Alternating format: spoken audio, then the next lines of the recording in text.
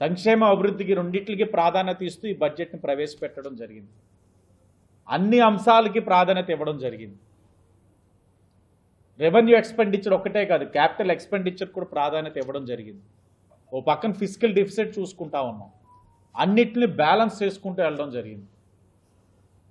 విధ్వంసకరమైన పరిస్థితుల్లో ఈ రాష్ట్రాన్ని వదిలేసి వెళ్ళిన వైసీపీ వాళ్ళు ఈ రోజున మళ్ళా రాష్ట్రాన్ని అభివృద్ధి వైపు, వికాసం వైపు నడిపించే కార్యక్రమాన్ని అవగాహన కలిగిన వ్యక్తిగా, భారతదేశంలోనే అవగాహన కలిగిన రాజకీయ నాయకుడిగా చంద్రబాబు నాయుడు గారు ఉన్నారు కాబట్టే ఈ బడ్జెట్లు ఇలా ప్రవేశపెట్టగలుగుతా ఉన్నాం, రాష్ట్రాన్ని అభివృద్ధి వైపు ముందుకు తీసుకెళ్ళగలుగుతా ఉన్నాం.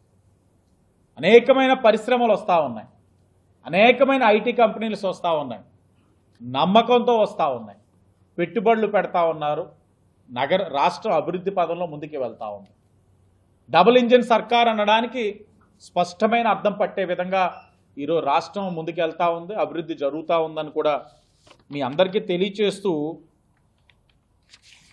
ఇన్ని జరుగుతూ ఉంటే వైసీపీ వారు సభలో ప్రవర్తించిన తీరు చాలా బాధాకరం. ఎందుకంటే మేము కూర్చున్న స్థానాల నుంచి వైసీపీ నాయకుడు జగన్మోహన్ రెడ్డి గారు కానీ వాళ్ళ యొక్క సభ్యులు కానీ ఎలా ప్రవర్తిస్తారన్నది చాలా స్పష్టంగా కనబడతా ఉంటుంది. గవర్నర్ గారి యొక్క ప్రసంగానికి గౌరవం లేదు, గవర్నర్ గారు అంటే గౌరవం లేదు, ఒక కాన్స్టిట్యూషనల్ బాడీస్ అంటే గౌరవం లేదు. పట్టుకుంటారు, వాళ్ళ తాలూకు ఆవేదన వ్యక్తం చేయడానికి ప్లకార్డ్స్ పట్టుకోవడం వరకు సమంజసమే. కానీ చింపి గవర్నర్ గారి మీద, స్పీకర్ గారి మీద వేయడం అన్నది వారి యొక్క మనస్తత్వాన్ని రాష్ట్ర ప్రజలు గమనించాలి. రాజ్యాంగ వ్యవస్థల పట్ల వాళ్ళకున్న గౌరవాన్ని రాష్ట్ర ప్రజలు గమనించాలి.